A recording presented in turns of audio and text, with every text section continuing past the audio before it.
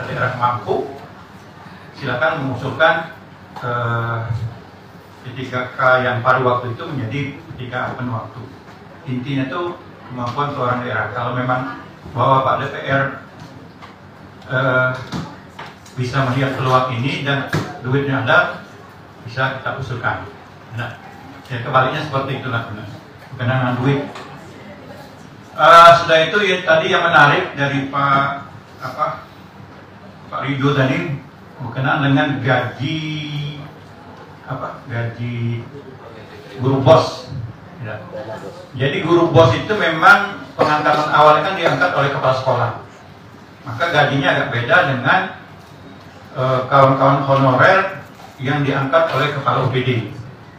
Kalau kepala UPD kan 1 juta. Kalau yang dana bos itu disesuaikan dengan syarat-syarat dana bos. Maka dia ada gajinya 200 ada 300. Nah, masalah ini kan muncul setelah Undang-Undang 20 tentang ASN ini, maka muncullah hal-hal seperti ini. Kembalinya ya saudara ke kemampuan daerah. Ya Pak Wandi, ya, kalau memang keuangan daerah mampu, kita bisa menggaji kawan-kawan kita yang P3K paruh waktu itu berdasarkan UMR Kabupaten Tebo. Ya, kembalinya seperti itu. Kalau kawan-kawan yang sudah diangkat menjadi P3 yang penuh waktu itu kan dia pakai kelas. Ada kelas 5 itu untuk SMA, kelas 7 untuk D3, kelas 9 untuk sarjana, dan kelas 10 untuk dokter spesialis. Gajinya sudah jelas. Mengenai evaluasi yang disampaikan Ibu tadi, sebenarnya bukan pegawai P3K aja boleh dievaluasi. Kami pun pegawai negeri sipil ini dievaluasi, Bu. Jadi bisa juga kami dipecat kalau memang kinerja kami nggak bagus. Jadi semuanya kita yang sudah akan masuk menjadi ASN itu namanya, tetap dievaluasi setiap tahun sekali. Jadi bukan hanya ibu-ibu yang sekarang menjadi P3K yang dievaluasi, kami pun yang aktif di pegawai sipil juga dievaluasi. Jadi sama-sama kita dievaluasi juga. Bahwa Pak Dewan ini yang mengevaluasinya masyarakat, ya kan? Kalau memang kinerjanya bagus pasti dipecat oleh masyarakat. 5 tahun sekali. Sama sebenarnya kan. Sedangkan tuntutan dari Bapak Ibu-Ibu sekalian agar kita di daerah ini mengusulkan ke pusat, ya kan? Mengusulkan ke pusat, semuanya diangkat menjadi P3K. Itu bisa kita lakukan, tapi tetap memutuskan kan dari pusat. Mungkin hasil dari RDP ini, mungkin Komisi 1 bisa bersurat ataupun melakukan audiensi dengan Menpan RB atau BKN berkenan aspirasi yang disampaikan oleh kawan-kawan kita di daerah ini. Ya, tapi ya tetap keputusan kawan-kawan bahwa Pak pejabat di Menpan ataupun di BKN. Kalau ini bisa diterima, berarti kan seluruh Indonesia akan berubah nasibnya. Gitu. Selanjutnya berkenaan dengan sekarang kan kawan-kawan P3K penuh waktu maupun kawan-kawan P3K paruh waktu kan belum dapat gaji. Nah, kemarin sudah ada contoh surat tugas yang diberikan oleh Kepala BKSDM untuk segera ada dua contoh surat tugas yang P3K yang dalam database, yang kedua P3K yang sedang berproses sekarang yang dalam database, jadi bisa gajinya dibayarkan. Berkenaan dengan kawan-kawan yang tenaga keamanan, sopir dan tenaga kebersihan, kemarin kawan-kawan dari BKSDM sudah komunikasi dengan BPKP, diperkenankan membuat surat tugas dengan kajian-kajian. Belum outsourcing. Kalau outsourcing itu kita masih lagi menghitung duit Kabupaten Tebo, karena untuk outsourcing itu kita berteman pada rumah sakit umum. Outsourcing di rumah sakit umum itu anggarannya 3 juta per orang. Nah, Bapak Dewan bisa hitung sendiri lah, kira-kira berapa yang kita butuhkan. Kalau saya tadi dengan Kabak Umum Sekwan dan hitung-hitung, kalau di lingkungan hidup itu anggap aja 200 orang, itu kita butuh 1 tahun itu hampir 70 miliar hanya untuk satu OPD. Berapa anggaran kita yang tersedot untuk kolab kan? Jadi itulah bayangan-bayangannya. Memang semuanya dikembalikan ke daerah, mau tidak mau. Kalau memang daerah ingin melakukan outsourcing, anggarannya seperti itu. Tapi kalau memang sesuai dengan saran BPKP tadi, kita buat kajian dan kemampuan daerah belum bisa outsourcing, berarti kita berjalan seperti yang sekarang kita laksanakan. Cukup mungkin untuk supir tetap 1 juta, untuk penjaga malam 1 juta, untuk kebersihan tetap 1 juta. Dan karena berkaitan dengan Pak Musalim itu kan dengan duit tuh. Kalau duitnya banyak, insya Allah bisa dilaksanakan. Mungkin itu dulu penjelasan secara umumnya. Mungkin nanti secara teknis dapat disampaikan oleh Ibu Linda dari Fabrikas SDM, yang mengenai nanti dan keuangan dapat dijelaskan oleh Pak Robi dari Kepala BPUDA. Sekian, terima kasih Pak Ketua. Assalamualaikum warahmatullahi wabarakatuh. Pimpinan rapat, Bapak Wakil, Bapak Ibu dari Komisi 1 anggota DPRD Kabupaten Tebo, Bapak Ibu rekan-rekan kawan-kawan dari tenaga non-ASN Kabupaten Tebo dari 12 perwakilan 12 kecamatan. Baik, saya langsung saja, barangkali sebagian tadi sudah disampaikan oleh Pak Asisten. Intinya meminta tambahan formasi, minta dijadikan P3K penuh waktu, tidak paruh waktu, ya Bapak Ibu. Ya, rata-rata di sini yang dalam database semua nih ya. Ya, dalam database. Kalau menurut saya yang dalam database ini sudah posisi aman. Kenapa saya bilang posisi aman? Karena di surat Menpan 239 ini sebagaimana yang dibacakan oleh Pak Asisten tadi, ini jelas dibunyikan di poin 3. Instansi pemerintah dapat mengusulkan pengangkatan P3K paruh waktu menjadi P3K penuh waktu berdasarkan pertimbangan kemampuan, ketersediaan anggaran dan hasil evaluasi. Jadi ini jelas. Kalau kita mampu, jadi untuk Bapak Ibu ketahui ya, saya begitu masuk BKPSDM, saya tengok formasi sudah tersedia 400. Saya minta tambahkan 100B, saya minta tambahkan. Kita tidak mampu. Saya pada saat itu Kepala Bakaudanya Pak Nazar. Saya konfirmasi sama Pak Nazar, bisa tidak kita tambahkan 100 saja? Tapi tidak bisa. Tadi Pak Rianto di tempat lain beribu menjerit Pak Kepala Bakaudanya mencarikan nak di mana dibayarkan. Pakai apa nak membayarkannya? Di Si Junjung. Orang tuh malah ke sini. Kok bisa Ibu cuma ngusulkan di sini, cuma ngusulkan 400? Karena itulah mampunya kita gitu.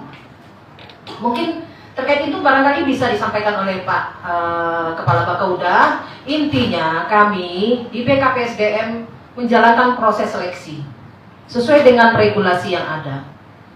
Jadi terkait dengan apa tuntutan dari Bapak Ibu, kita sama-sama barangkali semua itu balik-baliknya ke kemampuan keuangan daerah. Mampu tidak? Kalau saya pribadi Bapak Ibu, saya ingin ngangkut semuanya nih 1514 yang tahap pertama. Ingin tak angkut semuanya jadi penuh waktu, tapi kita mampu dah gitu. Nah, keuangan daerah kita mampu tidak? Ini ibu-ibu sudah ada dalam database, sudah jelas itu nanti skemanya. Yang tidak lolos, tidak memenuhi formasi skemanya ke P3K paruh waktu. Apa kabar dengan yang tidak? Tuh. Jadi Bapak Ibu, barangkali nanti di sini kalau saya simpulkan, semuanya itu tergantung kemampuan keuangan daerah. Kalau memang mampu, kami usulkan formasi tambahan. Kalau kita mampu, Bapak-bapak dari Dewan. Intinya seperti itu. Barangkali dari saya cuma itu, Pak. Terima kasih. Assalamualaikum warahmatullahi wabarakatuh. Assalamualaikum warahmatullahi wabarakatuh. Waalaikumsalam. Yang terhormat Pak Pimpinan Rapat, Bapak Ibu anggota DPRD Kabupaten Tebo, Bapak Sekda dan ini diwakili oleh Pak Asisten Sekda, Bapak Ibu Kepala UPD atau yang mewakili, dan rekan-rekan P3K yang hari ini hadir pada rapat dengan pendapat terkait dengan P3K paruh waktu khususnya. Salam hormat, saya titipkan dengan yang terdahulu. Terkait dengan P3K paruh waktu, sebenarnya dari sisi keuangan daerah, jika P3K paruh waktu maupun penuh waktu itu sudah ditetapkan, itu bagi kami adalah belanja wajib mengikat. Artinya mau tidak mau anggaran itu harus kita sediakan. Nah, terkait dengan P3K paruh waktu yang tadi Pak menyampaikan, ada baiknya penggajian P3K ini diserahkan kembali ke pusat. Dari sisi Pemda, sebenarnya tidak masalah jika gaji P3K itu diambil alih oleh pusat. Karena 3 tahun yang kami alami ini, khusus P3K itu termasuk kategori dana alokasi umum yang ditentukan penggunaan. Salah satunya DAU P3K. Berapapun yang dikirim pusat ditetapkan untuk Tebo, itu tidak dibenarkan digunakan untuk hal-hal lain selain penggajian P3K. Kita contohkan, di tahun pertama P3K ini dikirim ke daerah DAUSG ya, spesifik kerennya itu sekitar 30 miliar kalau saya kabarnya. Itu tidak terserap semua karena P3K waktu itu jumlahnya sedikit. Dan herannya, waktu berlalu tahun berganti, dana DAUSG P3K ini malah terus berkurang.